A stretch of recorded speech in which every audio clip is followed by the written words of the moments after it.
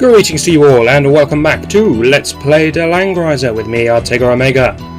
Now, there is much chat for us to run through.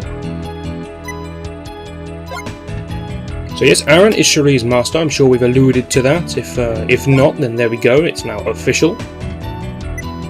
He's quite this stubborn chap. But we don't really care about his past. If he's willing to join us, he's willing to join us. That's all that matters.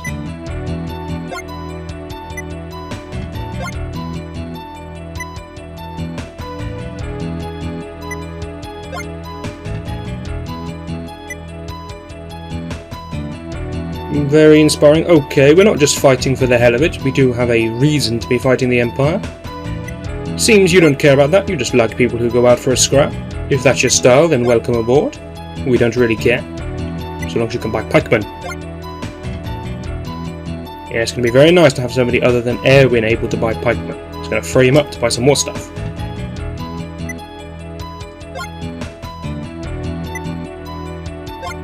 Lester seems to be going on about how we're in such a rush we can't hang about to talk, though he has adopted a giant sea serpent to slide across the ground very, very slowly, so rather a bad choice when we're in a race for the Langrisser.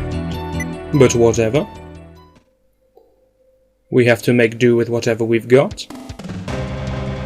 Anyway, some bonus P for everyone. Maybe.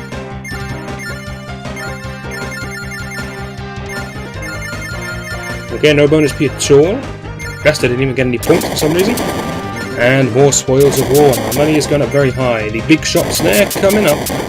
They do have items which are very, very expensive. But they're not for a while yet, I don't think. I'm not sure when they come up, but they're coming.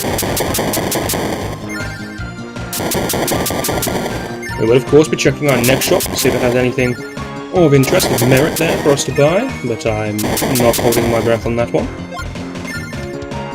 Anyway, a quick save of the game there, slot number 2 for no apparent reason. And our famous Artega across the world, here we go. Yeah, it's very nice. Now the brave General Vargas. Yes, that B-shaped thing is in fact a V.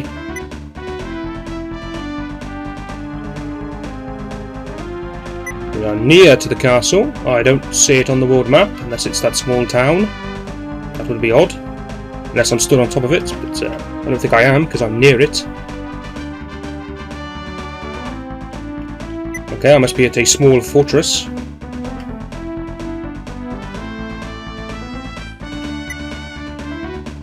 Okay, so this is going to be a good fight between Erwin and Vargas here at the fortress. They've knocked up briefly. We were only about 8 turns on that bridge, so they really did knock this fortress up rather quick. I suppose it was Imelda's delay tactics that bought them some extra time there.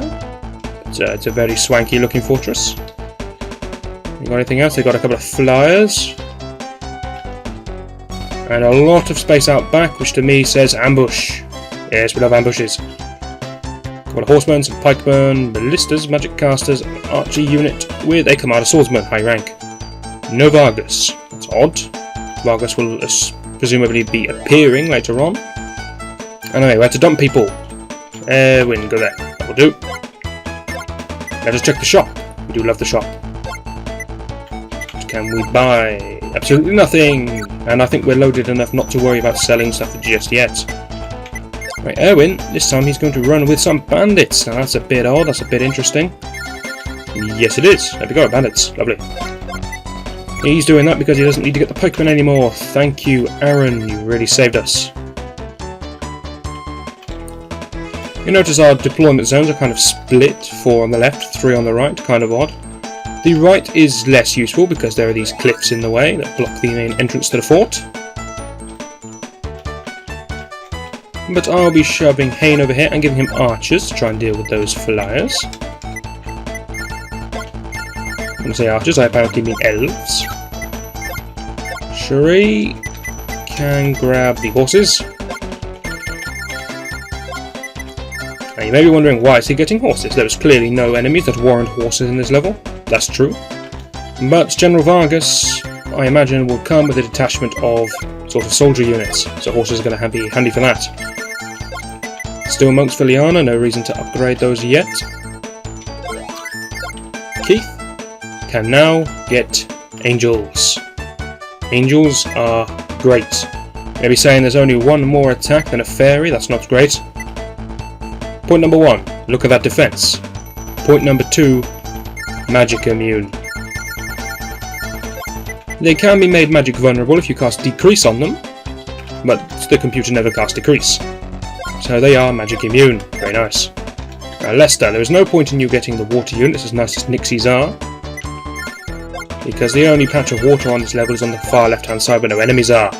So you're going to lead up the archer charge on the right hand side. Aaron, thank you Aaron, you're getting the phalanx, who are incredibly cheap, you'll notice. 110 for a phalanx, whereas it's about 200 for an angel and 200 for a Nixie. 300 for a ballista, I think. Anyway, let us saute into combat.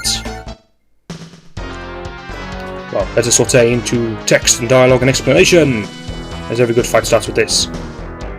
Certainly Vargas's theme being played, and those aren't harpies, are they? They're like griffins. Interesting. Yes, there's no way we can beat Imelda, she's far too strong for us.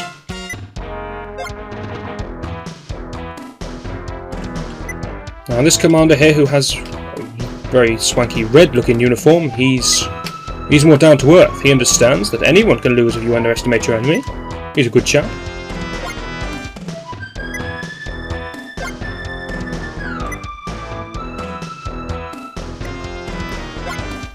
So he seems to be in charge of this whole situation. He is the highest class, I do believe, of anybody here. But no Vargas, that makes me sad. Vargas had better come, I want his experience, he's a very valuable man. Quiet, Hane.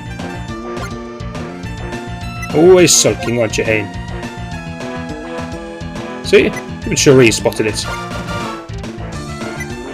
No, honestly, we could all just climb aboard Keith's now dragon and fly wherever we need to go, but apparently not.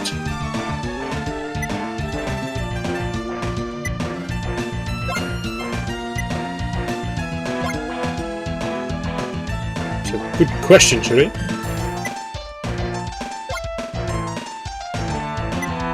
It seems that us being delayed by one fight was enough for them to erect a giant fortress, but okay. No, it won't be, Aaron. This will be a very, very simple fight, as you shall see. As I said, I am expecting an ambush, but if it's just these troops, we'll be okay. Little thing to worry about are these sorcerers, level 10, which means they're not going to class change. But spells are, of course, irritating. Anyway, it's that time again. Yes, it's a slow move forward. And Aaron, you're really slow.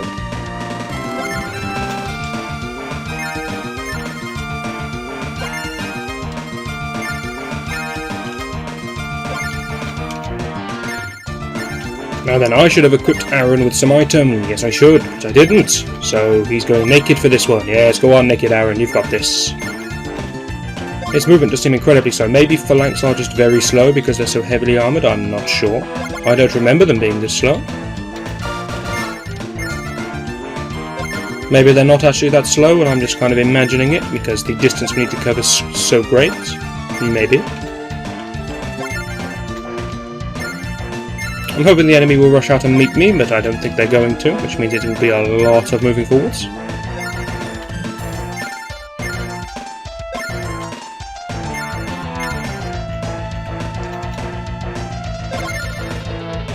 Even Lester's got quite... Well, Lester can move incredibly far. I suppose we're not indoors, so he's not penalised, but still. I don't know whose troops belong to who, they're not dancing. Come on chaps, get dancing.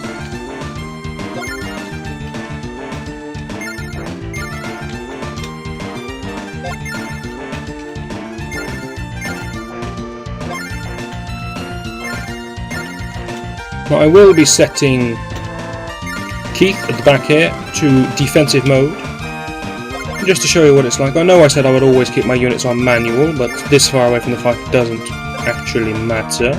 I will swap them back to manual when we get anywhere near the fight. But now you get to see what it does. Yes, you lucky so-and-sos. This is defensive mode. Come on, Keith, let us show them. Orders. Defend. When you're in this setting, all of your units will try to clump up around you, so I only need to move Keith, and I can leave the angels and they will try to catch up. Quite sensible for people, I suppose, when we're moving forwards, but do not use it in combat, otherwise your troops, when you've got nice blockades going, will just abandon them and rush to your side. Not worth doing for Liana, she only has 3 units. Actually, she should have summoned a Valkyrie, shame on me. Maybe not a Valkyrie, maybe a Freya. I think Freya would be more helpful here to negate the magic attacks with the sorceress. Anyway, here's hoping for a bit of Vargas. You can see now, all of these units will clump up next to Erwin, because he's on defensive mode. They will fail miserably.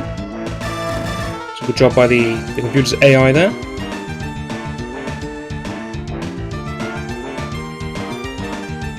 As demonstrated, they cannot even clump up properly.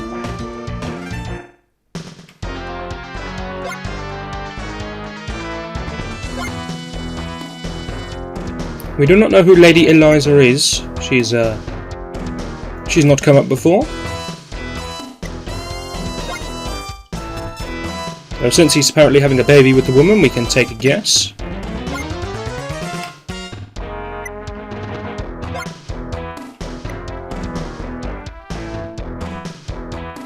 Nice to see that General Vargas actually has a life and he's not just a commander. Nice touch to be thrown into the game, I think. I also like the way they do their... They congratulate themselves, and let's show them our power, and their power is to sit in the base and not actually fight us, unless they absolutely have to. No time limit, of course, on this level. We can go as slowly as we like, which doesn't make any sense because we're still in a race for the Langrisser, but we could have gone as slowly as we liked last time as well. Though we had some people to save, I suppose, but still. There's a couple of dragoons on the left, which I believe are called Royal Lancers, because it's an Imperial unit, not the, whatever we are, Kalzath army.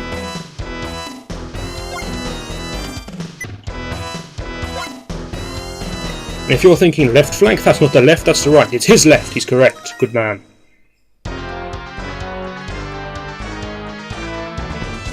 So yes, there's some new units there in that flyers group. We'll take a look at those. They're probably the Imperial Army's equivalent of angels. They look like griffins to me.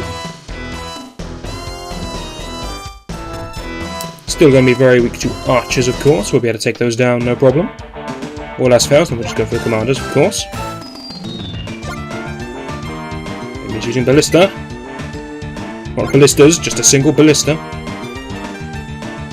Okay, Hain, sounds good. Alright.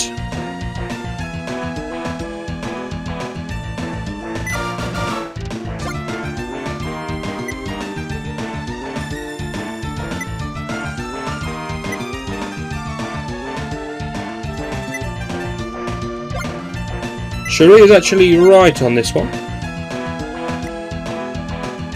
as Keith agrees. For the most part, aerial units are weak to projectile attacks.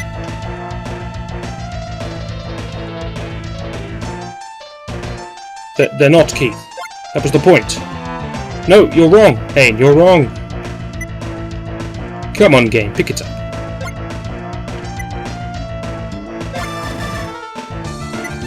Keith, you're wrong as well. Just because you outnumber her doesn't make you all right. No, I disagree with you both. I'm with you, Cherie.